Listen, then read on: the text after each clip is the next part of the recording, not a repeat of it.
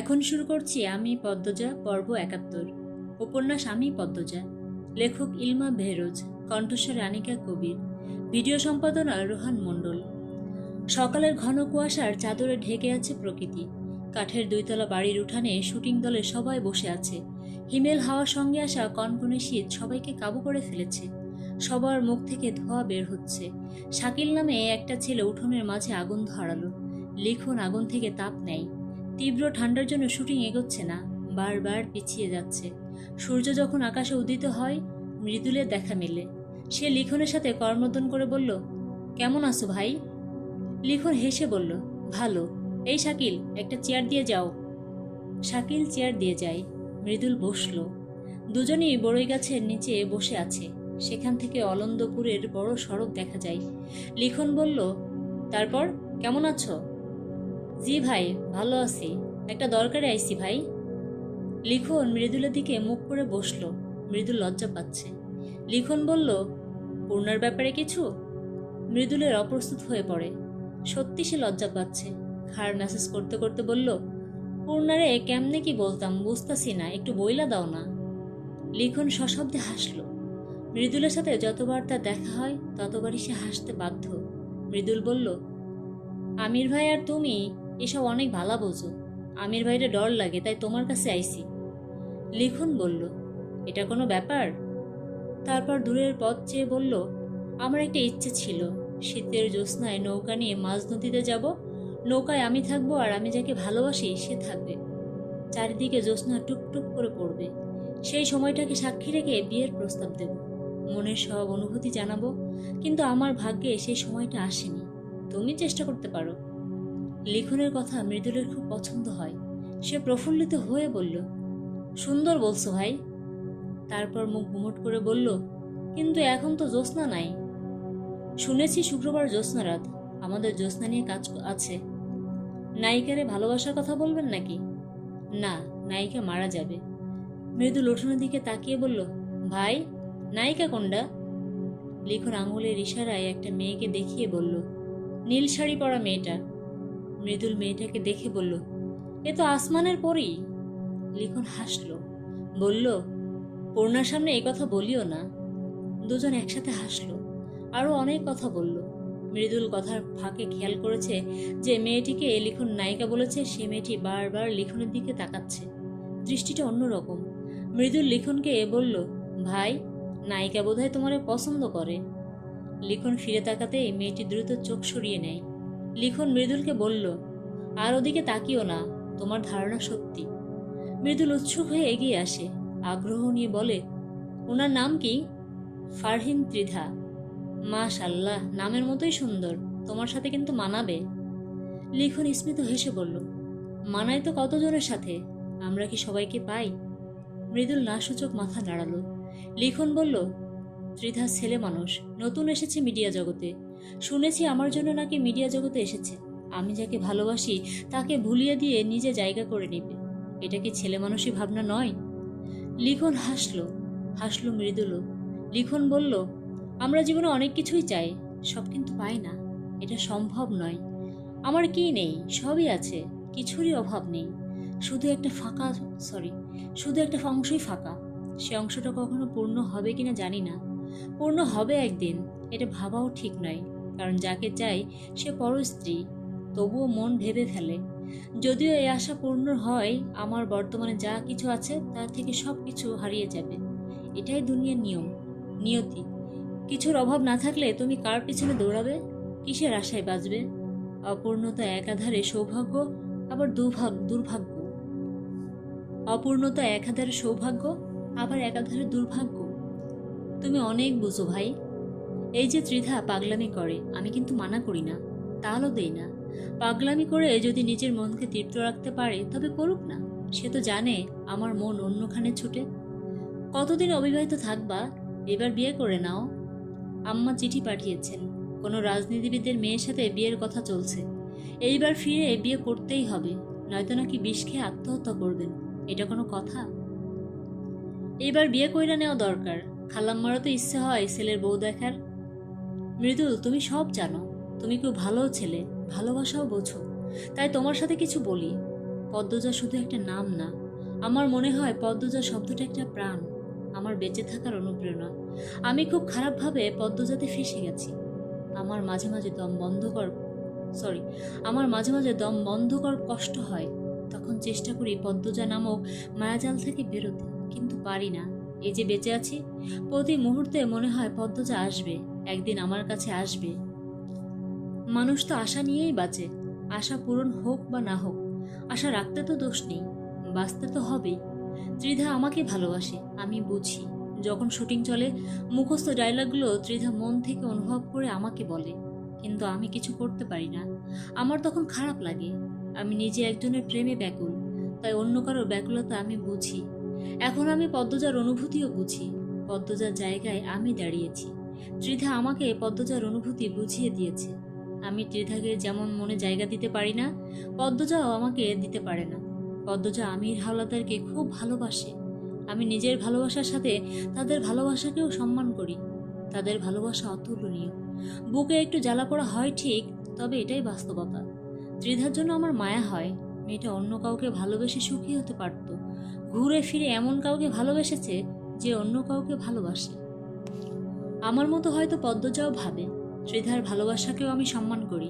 সে সত্যি মন উজাড় করে আমাকে ভালোবাসে, কিন্তু আমার পক্ষ থেকে সাড়া দেওয়া সম্ভব নয়। এমনকি আমি ত্রিধাকে জায়নামাজে বসে কাঁদতেও দেখেছি। তবুও আমার মনে ভালোবাসা জন্মায়নি। ভালোবাসা খুব কোমল আর খুব শক্ত। কিছু মানুষ একজনকে ভালোবাসার জন্য জন্মায়, অন্য কারো ভালোবাসা তাকে ছুঁতে পারে না। তার মধ্যে আমি একজন, হয়তো পদ্মজাও তার মধ্যে আরেকজন। এটা ভাবতেও খারাপ লাগে। ত্রিধা ভালোবাসে আমাকে, আমি ভালোবাসি পদ্মজাকে, পদ্মজা ভালোবাসে আমির হাওলাদারকে। সবার ভালোবাসাই সত্য। কি কাণ্ড! এই পৃথিবীর সুখী মানুষ কারা জানো? তোমার মতো মানুষেরা। মৃদুল মোহাবিষ্ট হয়ে পড়েছে। সে অবাক হয়ে বলে, আমার মতো? তোমার মতো।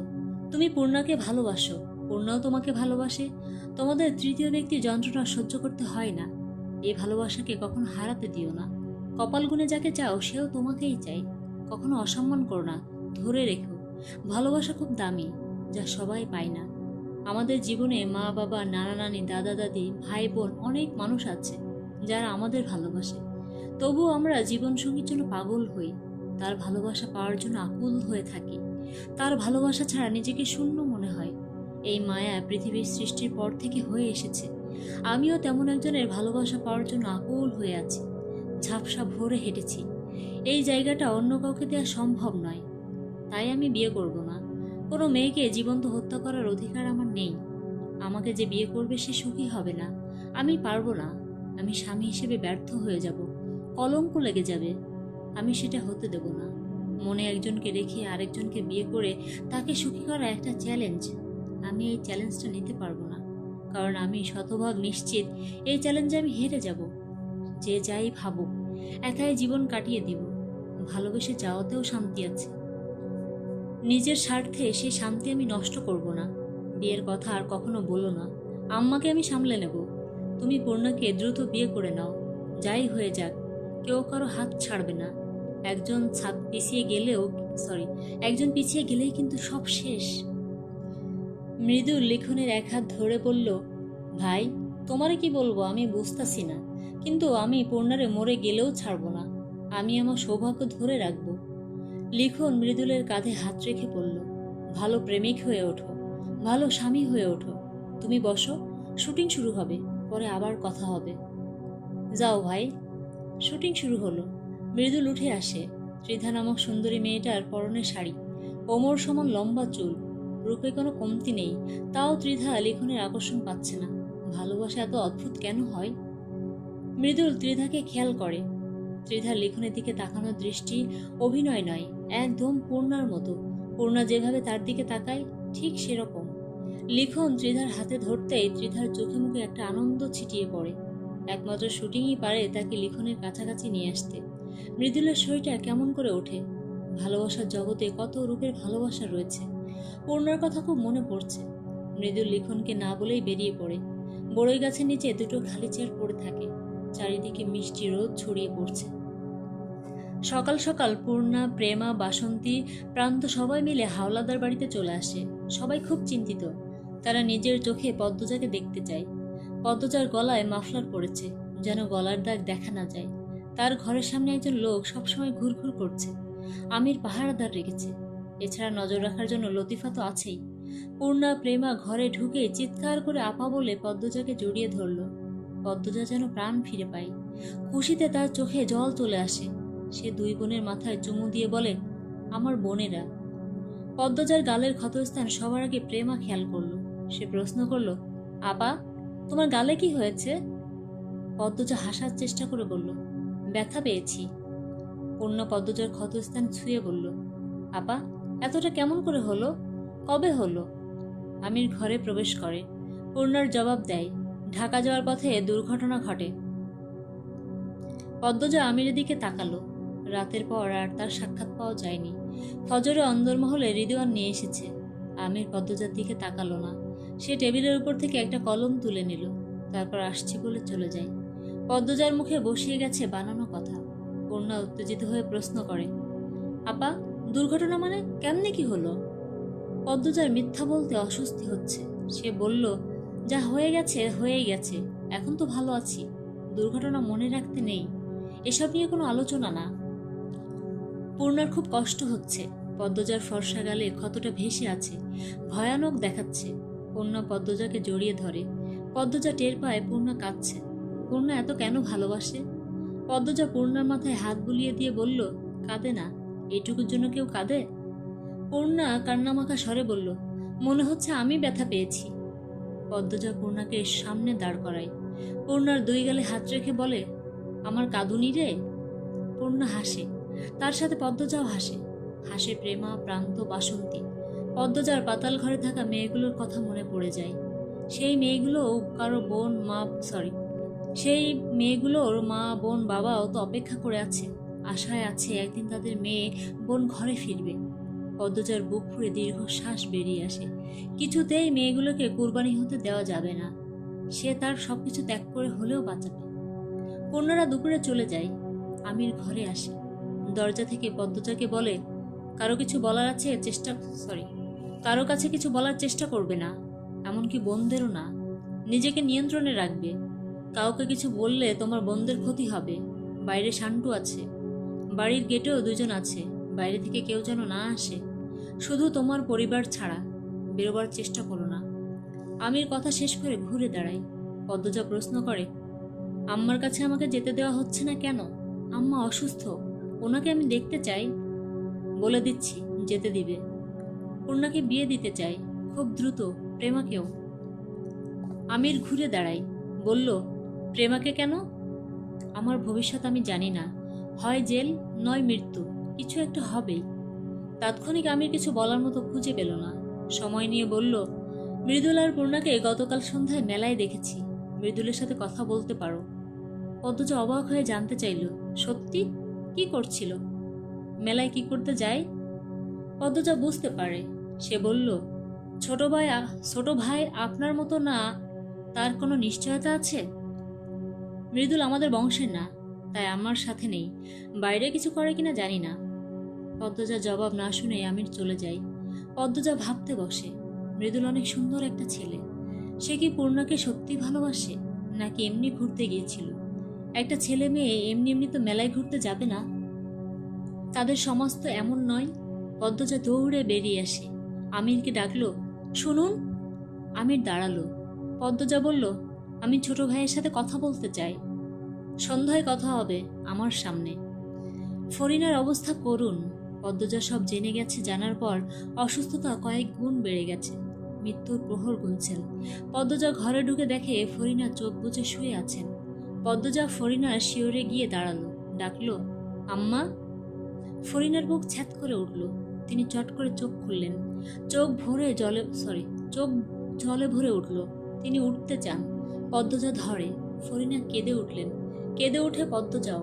দুজন দুজনকে জড়িয়ে ধরে অনেকক্ষণ কাঁদে। ফরিনা চোখে জল মুছে বললেন, আজরাইল আমার ঘরে ঘুরতাছে, তোমারে না দেখা আমি কেমনে মরি কও? এসব বলবেন না আম্মা, আমার মা নেই, আপনি আমার মা। ফরিনা বুক ভরে নিঃশ্বাস নিয়ে বললেন, এখন আমি শান্তিতে মরতে পারো, তোমারে আমার অনেক কথা কওনের আছে। পদ্মজা ফরিনার এক হাত মুঠোয় নিয়ে ভেজা কণ্ঠে বলল, আপনার ছেলের সম্পর্কে জানি সব আম্মা। আমার বিশ্বাস করতে খুব কষ্ট হয়েছে। ফরিনা ঘৃণায় কপাল কুঁচকে ফেললেন, বললেন, বাবু আমার গর্ভরে কলঙ্কিত করছে। আপনি উত্তেজিত হবেন না আম্মা। আমি তোমারে কইতে গিয়েও কইতে পারি নাই। আমারে মাফ কইরা দাও। তোমার জীবনটা আমার কুলাঙ্গা সন্তানের লাগিয়া নষ্ট হয়ে গেছে। ও মা, ওরা তোমারে মারছে? না মা, আমাকে কেউ মারেনি। আপনি শান্ত হন। আমি চলে এসেছি। আপনি সুস্থ হয়ে যাবেন। আপনার আর কষ্ট হবে না। ফরিনা চোখ বড় বড় করে তীব্র ঘৃণা আর রাগ নিয়ে বললেন, আমি যদি মইরা যাই, তুমি বাপের মাথাটা কাইটটা আমার কবরে রেখাইবা। আমার এটা আদেশ।